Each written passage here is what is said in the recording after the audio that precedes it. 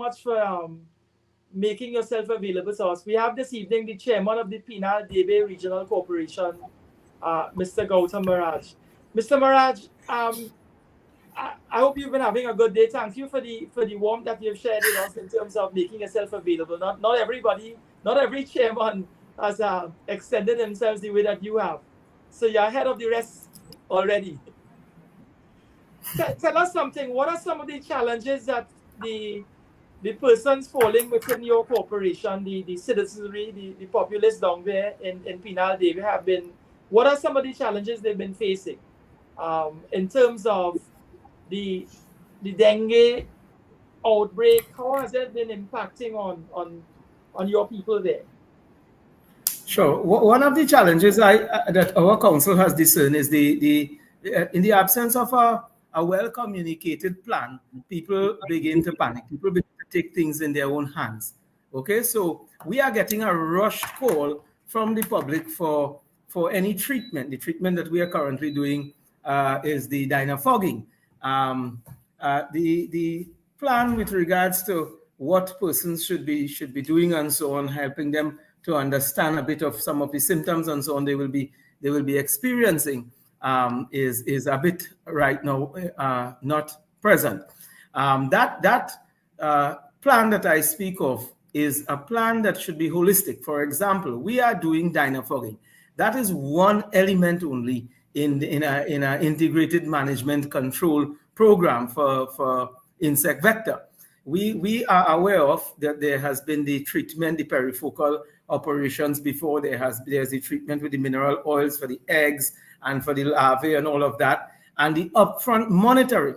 So this is why I am seeing a need for a much more holistic approach from the Ministry of Health and a collaborative approach too, because while some of those competencies and skills with the insect vector control unit, we are aware of formally. I am aware of, and the council is aware of, challenges that the St. Patrick division is having. We are within St. Patrick and Victoria with regards to mobility, vehicles, and all of that. So that is just to set the context, and we can go in deeper a bit on where we are. I mean, it is aware that we are doing the dynafogging. We can speak a bit about the drain cleaning and so on, which in your previous conversation I heard a bit of, so I can add a bit there as we go along. But I'll hand back over to you. What are some of the measures that you have put in place, and what have you all been doing in terms of the drain cleaning because one of the complaints is the public is being encouraged to clean their yards, make sure there's no receptacles that are containing dead water there where mosquitoes can go and begin that process of and mosquitoes and larvae and so on. The public may be doing that, but the complaint is that the government drains, as we see. You know, there's an expression, government drain, right? The drains belong to all of us, but it's the drains on the curbs of the road that the corporation is responsible for cleaning. That is not something that households can come out and take to the street and remove manholes and start power washing down there. What has the corporation in your community been doing to ensure that on that side of the coin, the work is being done? Okay, quickly, because you use the word government-owned drains, I think it is important for me to do a bit on quickly, and then I'll get to what we are doing in terms of your question specifically. Ownership, I just want to make this clear. It's very important for it to be understood. Yes. Asset ownership of rivers, channels, side road drains, all have different asset owners. For example, in our region, the large rivers are owned by the Ministry of Works. That's the one you see like crossing main roads and all of that. And another set of water channels is owned by Ministry of Agriculture. Why is that important? It may be easy to say, okay, well then one can just clean all, what's the big deal? The PDRC is collaborating and cleaning whatever is outside of our jurisdiction. But I'll give you the importance of understanding asset ownership. Apart from a legal standpoint of it's not your asset, the other important aspect is the national budgetary process allocates funding to the various asset owners. That would be Ministry of Works, Ministry of Agriculture, and the regional corporation. And therefore, it is really for that purpose for them to take care of those water channels. So That is an important thing to understand. But notwithstanding that, the corporation is out there, and we have at our local level have established some amount of collaboration between the Ministry of Agriculture and the Ministry of Works to be able to get some work done. And in the Pinal-Debe region, we have, for those who have been driving around that region and so on, we'll see we have cleaned a significant amount of rivers. We have put up some on social media and so on. We are looking for the chokehold areas and so on and trying to debottleneck and all of that. The manpower, and I'll get back to that, a challenge with that, as you are on the topic of challenges. On the manpower side, the cleaning of the sooty drains and so on, as you mentioned it earlier on, we have redirected all of our construction strength and put all our teams into drain cleaning at this point in time. Getting back now to the troublesome areas, as you were speaking of culverts. Culverts are a bad actor, I call them, right? They're troublesome ones because they're wrong. They have over the years accumulated silt and so on, and they have sunken also because of heavy traffic and all of that. They are in some of the key places, like the end of the highway to Debe, where it meets that road there where the highway itself ends and joins a main road. There's a blockage there. How do you deal with that? That is an engineering solution. Now it comes back now to money. So you'll understand why people say the corporation asking for money. In the budgetary process under DP, development projects, notwithstanding that main roads also are Ministry of Works drains. So this particular example also is a Ministry of Works on which we are contacting and hope to do. We have done upstream of that between the poverty guilds and the market. But getting to the point remains, I'm just using it as a case example, notwithstanding it's Ministry of Works, where there are examples of that, and there are a lot of examples of that.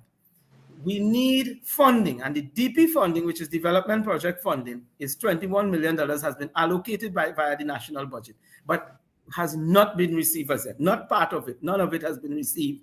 And this is the 10th month of the fiscal year, the financial year. So what it means is you'll be struggling to issue those tenders and so on. We'll be seeking to get permission to do some type of work up front, which we are doing, so that if you get it in the last hour, we can still award and be able to save the day.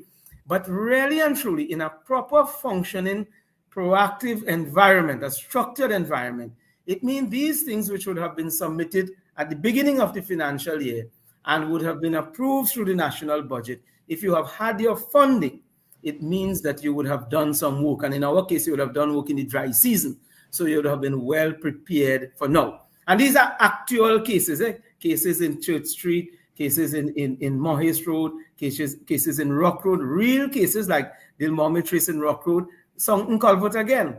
And this is the funding that would do that type of work. So that answers one of the questions as to why we are where we are in terms of this drainage thing that you have identified, which yes, residents are where there are some areas that are flooded repeatedly, annually, and really cannot be resolved. And that is where we are hoping to do that type of work.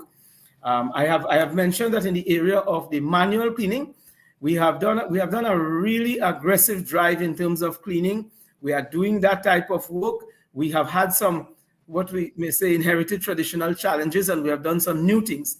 We have put in place now dedicated teams. So your verges on your recreation grounds and your cemeteries now have a dedicated team. It's a change we made and it's working really well.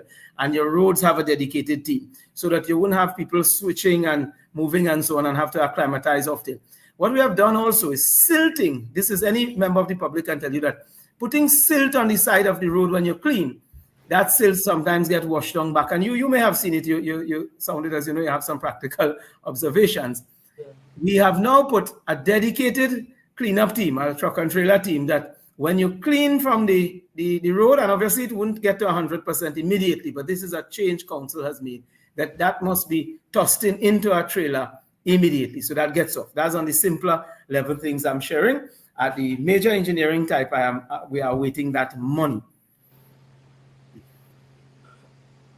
Have you all been able to partner with the stakeholders in the community? I would imagine the business community aspect of the community in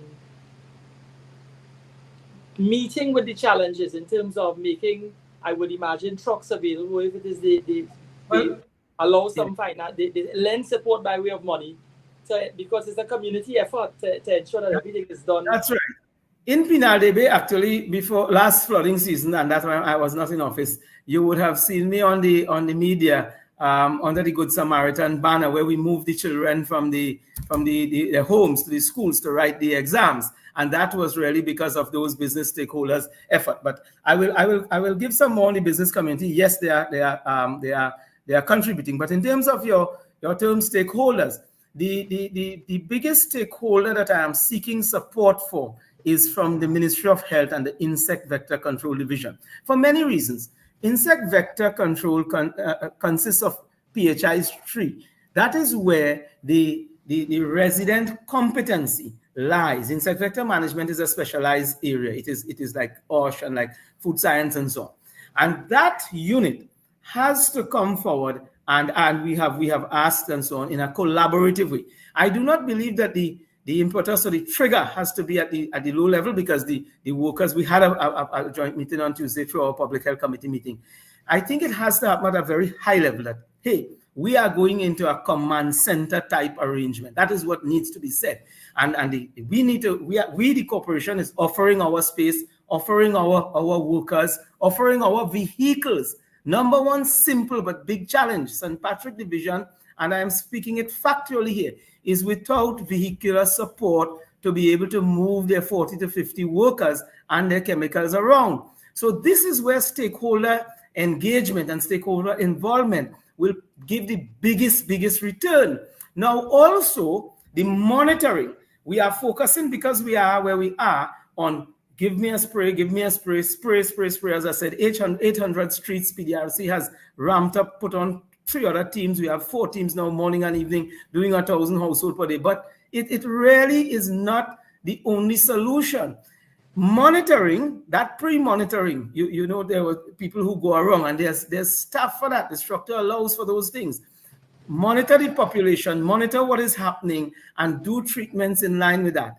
The aspect of reporting, the surveillance, the National Surveillance Unit, the CMOH's office and the IBCD's office receive and only act on information from the National Surveillance Unit. But you have a council that has 10 councils, 10 districts, that is interacting every day with the members of the community and can bring live, real data. So there must be at the ministerial level some amount of game changing to say that, can we take that data from the corporations? Can we send back data to them so that they can adjust their treatment? Can we join our treatment plan? Any international or best practice methodology will tell you that it has to be a combined effort. So we really need to get out of our corners. And the PDRC, as chairman, I'm saying on behalf of the PDRC, we are ready. We are ready and waiting. I have made it clear to all quarters. We have written to the CMO to ask for data, to say, let us have this data transfer clear and transparent, so we can both know where to aim, or to have our targets, and to be able to bring relief to the person, to the people. Somewhere in the program there was the contribution. I think it was from you, based on the traumas and so on, right? The traumatic state and the panic and all of that. And that is something that is real. The Ministry of Health also is constructed to have that mental health capability. And we are seeing a number of persons who are in need of that. In fact, when people call, they lay in a complaint, they will say, you will wait until my wife dead and then you'll come, that kind of thing. So if we have these teams, and this is a very simple thing, this is nothing new. This is if we get together, if tomorrow we receive a call, the minister okays, IBCD, National Surveillance Unit, you all go have a joint meeting at the PDRC or whichever corporation and so on, come up with something, give us a plan. We'll have a plan, we can communicate it, people will be at ease and all that. This will, I'm getting something very important, because the session prior to me was based on medical science and so on, is that this will now help people understand the purple leaf and the vervain and all of that they are taking on their own to be able to combat this thing in a sort of, one-man style survival type of technique. They will be now be encouraged to go to the medical health centers. For example, if you say medical health center in the parts in these areas, people will think of a day loss in their income, because they know they'll meet lines, they will meet other little hurdles. They may not go. But if we say we are setting up a hot operation where you come in, you suspect you have had dengue, you can be seen by this panel of doctors, or we separate in terms of now there's another detriment. If the dengue loading rises, which it is, it means that the other types of of care. People care, medical care will now be shortchanged. So this is what I am thinking. This is what our council is sharing at its meetings. This is what we want to see. And I think it will bring some ease and all of that in terms of stakeholder. Now, answering your question, yes, Pinal is a place where the business community comes out. I gave you an example. We have seen just recently in one of the traces in Debe, the business people bought chemicals, they bought mist blowers and so on, and they went out, they gave to the residents, they went out and they started to do some spraying and that kind of thing. Whilst I admire it, I say that if we have a certified treatment plan which incorporates all stakeholders, there may be a bit of toe in for, it should mention and have and take care of and cater for residents and volunteerism and so on, and we would then be sure that what they are doing is contributing to the entire attack plan, instead of maybe in some cases working counter. For example, we are aware of resilience, building resistance and so on by the insects. These are real science behind it. The science needs to be incorporated in a practical day-to-day treatment plan, and the corporation is the best place for that to be disseminated. I make the call for that collaboration from stakeholders, to use your term, stakeholders being Ministry of Health, CMOH's office, Insect Vector Control Division. Have you been speaking with the MP for your area?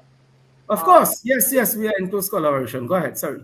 So you all are on the same page in terms of approaching and preparing your community and the region and as a whole there. Yes, the MPC Para has signaled really the seriousness of this in terms of the children being home and you know that they will be susceptible to it, and the business community idea also was bolstered and ignited from another MP from the MP Urupuch East, and we have close collaboration on what is happening. Yes. What about the health centers in your community? Have you been liaising with the health centers to ensure that they have the required prescription drugs and so on that may be made available to the public if it comes to that? I have liaised. We had a formal meeting on Tuesday through one of the doctors that is the liaison with that arrangement, and that is where I just got that point on the I made that point on the health centers being ready, because I asked that question as to because traditionally, and whether perceived or real, so we are not here to assess in this conversation the health centers. People see it as a place where, you know, it is very, it will take a while, you may not get the medicine and all of that. And I asked about the preparedness of it. I can't speak for it. I will have to visit myself and see, and maybe even if I visit, I would not be sure that they have the medication and that sort of thing. But my contribution is, my recommendation was that set up that hotline system that I spoke of, meaning that have that specific arrangement for possible dengue cases. Let people be encouraged that, look, you can come to the health centers and you will be treated and all of that kind of thing. And it will not be a deterrent as it is right now. What I can answer is it's still a deterrent where people feel, and I made mention of why some people may be attempting to treat themselves, and it may really cause danger in the long run in terms of time of really getting correct. And then also, if you make those centers available, and if you by extension you do the education also on outreach, it means that a lot of people will be educated. I heard the doctor before speaking of the hemorrhagic condition and so on. The death in one of the deaths that we are aware of has been related to a hemorrhagic condition. It possibly could mean that people are on aspirin, they are on blood thinning agents and medication and so on. And really, because of the delay, in going quickly to a medical facility, they do not diagnose. And that is why I made that point. What I'm saying, all is associated in this complete treatment plan. That is why I made the point on the fact of persons being aware. We spoke of the all stakeholder in the data aspect, that if it is that the CMOH's office and the IVCD office is only acting on the national surveillance data, it means they may be pigeonholed and not be able to really give a complete plan, because we are seeing differently. We are seeing a disparity. I checked the Ministry of Health website before I came. I think I got a figure a couple of days back to around 29 nationally. But we are seeing in one trace, a trace which carries, let's say, about 15 or 20 households, we are seeing 11 and 12 cases in that. So there's definitely need for that will assist in that aspect of what you're speaking, specifically healthcare and medical care, at least at the preventative stage. I want to thank you for making yourself available today, Mr. Maharaj. You've been quite comprehensive.